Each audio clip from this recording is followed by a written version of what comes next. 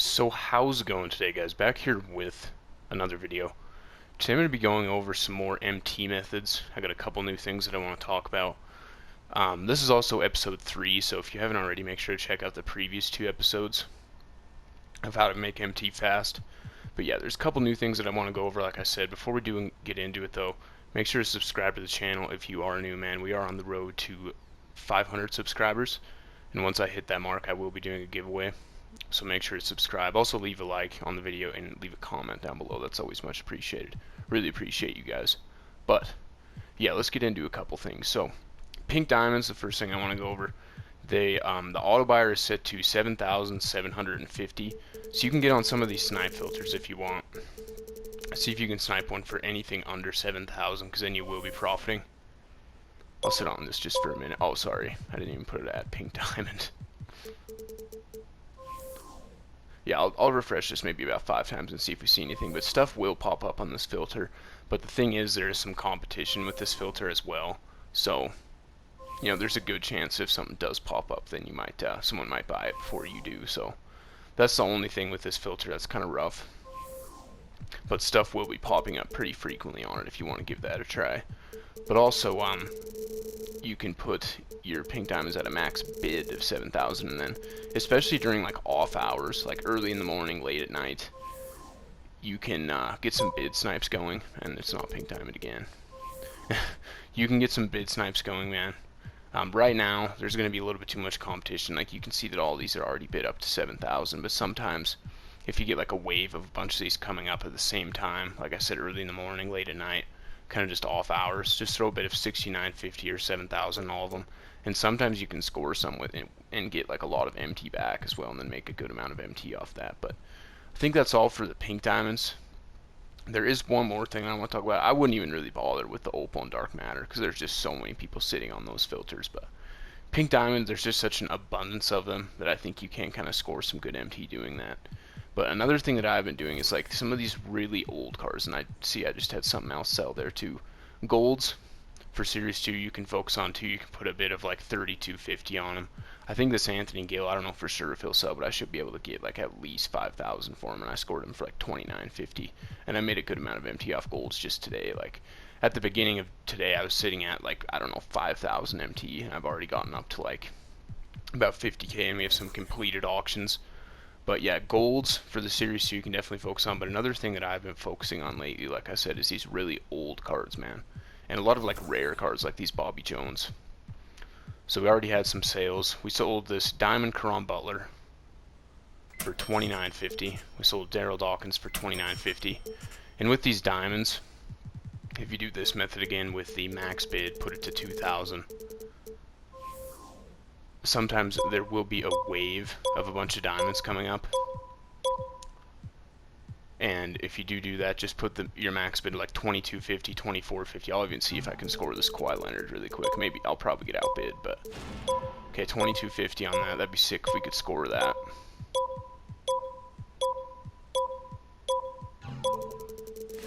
Probably will get outbid on this one.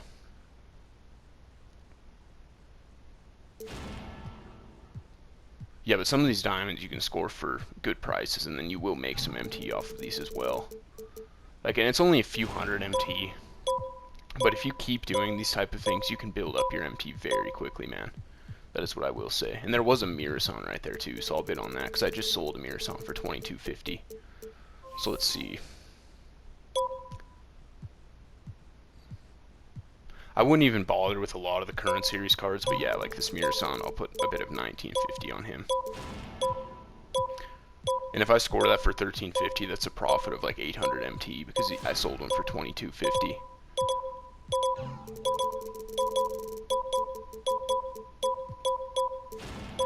But yeah, you can kind of just do that a little bit. Some of them you're going to get outbid. It's just kind of inevitable, but you will score on some cards. Yeah, see, like I got outbid on those diamonds, but that's fine. Got outbid on the Mirasan. But if you keep doing this, I promise you that you will score on some of those cards. So I just sold an Amethyst Derek Fisher, got him for 1,250, sold him for 2,750. Nick Anderson got for 1,000, sold for 1,450. That's not too much profit. I honestly thought that he was going for more. Yeah, see, and one of those Bobby Jones just sold. I got him for 1,250, sold him for 4,750. So what I would recommend doing and I'll kind of highlight what cards you're going to want to be looking at for this in these sets over here, man. But kind of go through everything and get an idea of what cards are rare. Like Season 1, there's really not too much, but like Season 2, some of these select cards are pretty rare, so definitely take a look at those. Like if you've seen Allen Iverson, I mean, you can bid up to like 10,000 for him. Like he's a pretty rare card, but sometimes there'll be cards that'll pop up on that 2,000 filter for bids that you won't expect, man. He's one that I would keep an eye out for. Some of these Erie cards are going for a little bit. Reese Lucas, not really. I would kind of just ignore the Erie cards, honestly. I would ignore this select set as well. But these New Frontier cards, man, like Dan Marley, if you get him for like anything under like $29.50, you're making a good profit on him. Dan Issel, definitely look for. I would say any Ruby or above New Frontier cards, if you can get a good price on them, then definitely go for a bid on those. And they will pop up, man, like I said. And I did get a JoJo White, too. It was either last night or this morning for, I think, like $19.50 I paid for him, and I sold him for $69.50, so that was a pretty good profit. Some of these cards, like I know that I got a Rui Hachimura for really cheap, so I would say like Ruby or above in these international cards, definitely keep an eye out for those. Yeah, I did get a Rui Hachimura, like I said, and now there's like a bunch up, of course, which that rarely happens with these rare cards. I don't know, someone must have just like had a bunch and put them all up at the same time. But I'll be able to get like $19.50 for them, and I got them for like $900, so it's whatever. But yeah, Ruby and above with these international cards, if they pop up on that bid filter, definitely throw a bid on them. So that's what I would pay attention to for the Season 2 cards. And then Season 3, Chris Paul, definitely want to keep an eye out for him. He's pretty rare. That's about it for that select set. Miles Turner, definitely keep an eye out for him. Mahmoud Abdul-Rauf is worth something. So yeah, I would say Ruby and above for these Fire and Ice sets. Definitely throw a bid on them if they come up. And same with these Deck the Hall cards, man. Any Ruby or above. Like I got, what was it? I got 2 Artist Gilmores for like $9.50 and sold them both for $29.50, so that was a good profit. And there was a couple more Deck the Halls cards that I got too. I got a Magic Johnson for, I think I had to put like a $27.50 bid on him still, but it was still worth it because I sold him for I think like $47.50, which someone's put one up for lower than that now, but that was a pretty good bid snipe there, I would say. And there's one more, I think it was like Dr. J that I got. Where's he at? Oh, right here, yeah. Got a Dr. J for, I believe it was only like $1,500, $1,750. Went around and sold him for $47.50 as well. So yeah, and then of course look them up, see what the lowest one's going for, put them for just like a little bit lower than that, and it will eventually sell. And if it doesn't sell, you know, it is what it is. But I would say like 90% of the time these cards will sell if they're the lowest one up, because people are looking to fill out collector level. But then, yeah, like I said, if they don't sell right away, then it's not a big deal. Just relist them, check the value again. You will not be losing MT either way. So keep an eye out for those guys. Keep an eye out for Kelvin Murphy. He is very rare. And the reason that this method works is because people do not know what these cards are going for. Like, you'll see a lot of people bidding up, like, the current Series 2 cards, putting some good bids on those cards, just because they know that they're going to get some MT from them. But a lot of these older cards, man, people do not know how rare they are. So yeah, even like this Jamal Mashburn, let's see, how much is he going for? 20k. I'll scroll for just a little bit and see. Someone put a bunch up for 20k. Someone probably just like had a bunch. 12,450. So I'll put a bid on this one for 79.50, and I might get outbid, but if I don't, then that's a good score. Yeah, if I can score that card, that would be a dub. But yeah, keep an eye out for those. Ruby and below, though, in this select set, not worth it. None of these New Year's resolution cards are going for anything, so just ignore those. But yeah, that's it kind of for the Season 3. And then I would say the biggest thing for Season 4 cards is this Antonio McDyess is like ultra rare. Yeah, someone's trying to sell that one for 100k. But like Jordan Poole, got one of him last night for I believe like $22.50. Sold him for $67.50. So that was a dub. Keep an eye out for him. Keep an eye out for Rudy LaRusso. Keep an eye out for Bobby Jones, which, like I said, I just sold one for $47.50 and got it last night for I believe like $12.50 MT. So that's a good profit as well. So yeah, amethyst and above in this set I would definitely pay attention to. Like this OJ Mayo is very rare as well. And then Lunar New Year, just ignore those. Just ignore out of orbits. And then, but this second select set, anything amethyst or above, keep an eye out for them as well. Like this Nick Anderson, he's pretty common. But John Wall I know is very rare. And I know that Sleepy Floyd is decently rare. So a lot of times you will be able to score these cards, like I said, for like 1950 or lower, and then you're always going to profit.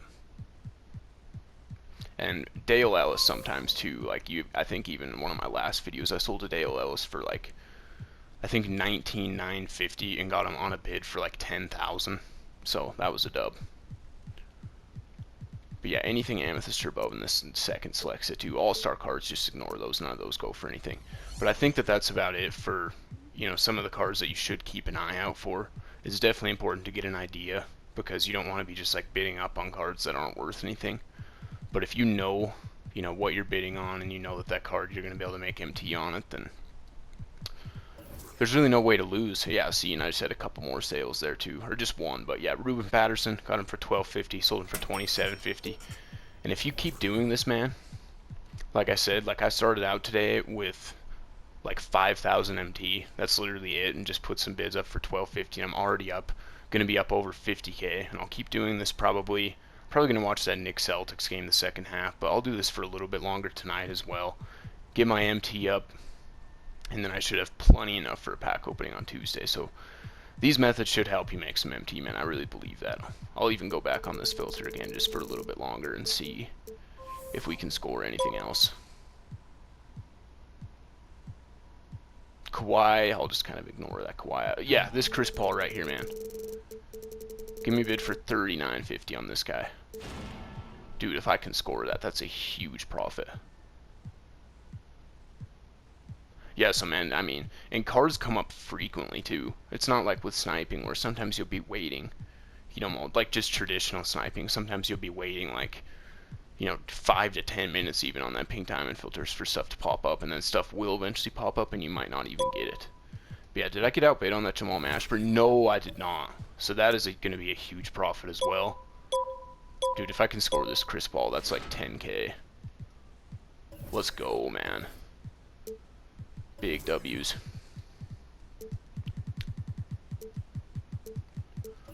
Let's just see one more time how much he's worth, man. So we got one up for 12,000. We got one up for 6,000. Which is not ideal. There was none up for 6,000 earlier, but still, I mean, $49.50. This card will sell. I just got him for $2,100. So I mean, that's like over 2,000 profit. So I will take that, man.